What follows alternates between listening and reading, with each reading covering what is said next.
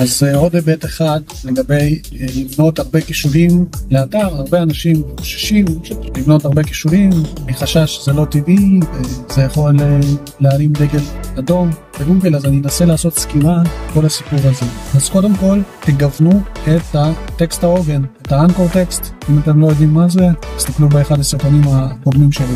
תגוונו אותו, זאת אומרת, אל תשתמשו כל הזמן באותו מילת מפתח. עשו פעם מילת מפתח, פעם מילה גנרית כמו לחץ כאן, פעם מילת מפתח עם שם המותג שלכם. אתם יכולים לכלול שם את המילות המפתח בכל מיני תצורות, לא כל הזמן באותה צורה. מה שהכי חשוב שתשתדלו לשנות את המחרוזת עצמה, את התווים של טקסט העוגן, אוקיי? שזה לא יהיה כל הזמן אותו דבר. זה דבר ראשון. דבר שני, כדי לחזק את הקישור, מה שאתם יכולים לעשות זה כמובן לשים את הקישור בפסקה רלוונטית. המילים שאתם כוללים מסביב, בתוך הפסקה, איפה שיש את הקישור, את הטקסט של הקישור, המילים שאתם כוללים מסביב לטקסט הקישור, הן גם מאוד חשובות. יש היררכיה, יש את המילים בתוך הקישור, טקסט העוגן בעצם, שזה המילים שבתוך הקישור, יש את המילים שמסביב לקישור בפסקה של הקישור, יש את המילים מסביב לקישור במאמר של הקישור, וכשאני אומר גם בפסקה של הקישור יש גם את הכותרת של הפסקה של הקישור, נכון?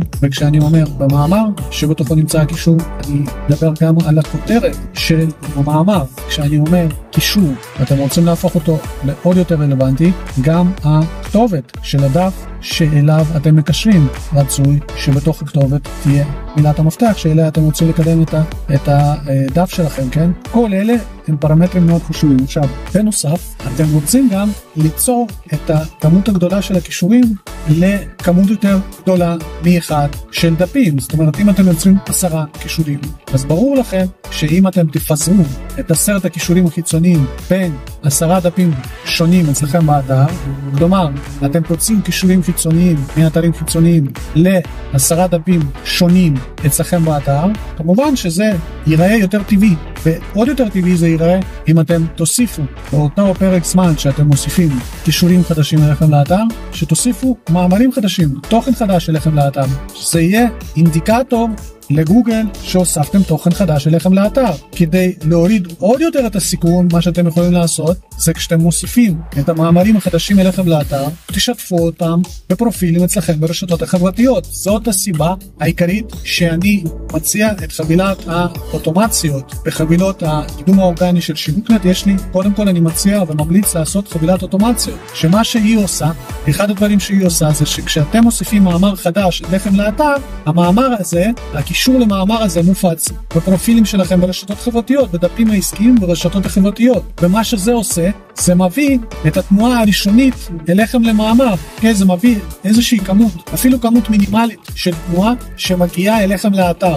ברגע שגוגל רואה שאנשים נוחתים אצלכם באתר, שיש לכם איזושהי תנועה באתר שמגיעה מרשתות חברתיות, אז זה מראה לגוגל שיש תנועה למאמר, ואז אם יש תנועה כלשהי אליכם למאמר, זה הגיוני לגוגל שיש קישור שיוצא אליכם למאמר מאתר חיצוני, כי אחד מאלה שראה את המאמר שלכם, שקרא את המאמר שלכם, שיגיע אליכם למאמר שלכם מאחת הרשתות החברתיות, שמבחינת גוגל זה האינטגרטור הטבעי ביותר. כי רוב האנשים, כשהם מתחילים לקדם את האתר שלהם, מה שהם מתחילים לעשות זה בעצם לשתף אותו ברשתות חברתיות. אז את ההתנהגות הטבעית הזאת אתם יכולים לחכות על ידי אוטומציות ועל ידי השיתוף של הפוסטים החדשים אצלכם באתר, אצלכם בבלוג, באזור המאמרים אצלכם באתר, שיתוף ברשתות חברתיות, שעוד פעם זה גם מביא את התנועה הראשונית אליכם לאתר, ואז כשיש קישורים שיוצאים אליכם לאתר, מבחינת גוגל אין דגל אדום, זה נראה טבעי.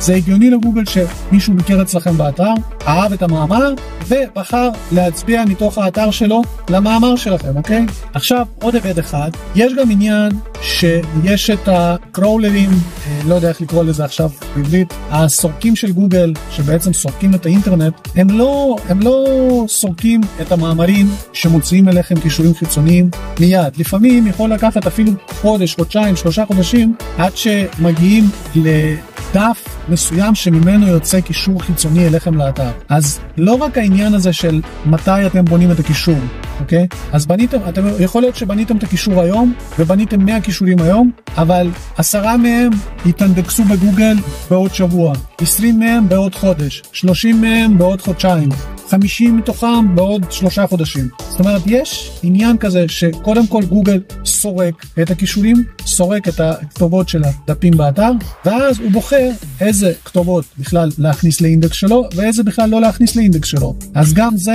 אינדיקטור שאתם צריכים להסתכל עליו. אפילו אם אתם בונים כישורים, לא יודע, 50 כישורים בשבוע אחד, אבל לא כל הכישורים האלה נסרקו, ובטח שלא כל הכישורים האלה יתנדקסו, אז התאריך בעיקרון שאתם צריכים להסתכל עליו, זה תאריך הסופי או של הסריקה, אבל אין לכם את התאריך באמת של הסריקה, אתם יכולים לראות לפי התאריך של האינדוקס של הדף, שגם זה קשה מאוד למדוד, אבל זה כן אפשרי למדוד את זה, אבל מה שבסוף קובע מבחינתכם זה תאריך האינדוקס. בגדול, כדי להימנע מצרות כתוצאה מבנייה של הרבה קישורים, מה שאני ממליץ לכם לעשות זה ליצור תוכן כמה שיותר מגוון, לקשר לתוכן הזה שאתם יוצרים אצלכם באתר, יצרתם מאמר חדש עם תמונה חדשה, עם סרטון חדש, שימו את זה אצלכם באתר ותפיצו את זה, תשתפו את זה ברשתות חברתיות, ואז אתם מקטינים משמעותית את הסיכון לאיזה שהם עונשים כתוצאה מזה שעשיתם, בניתם הרבה קישורים בו זמנית, גוון את טקסט ההוגן כמובן, ולעשות את הפעולות שאני הסברתי פה בסרטון הזה. בהצלחה.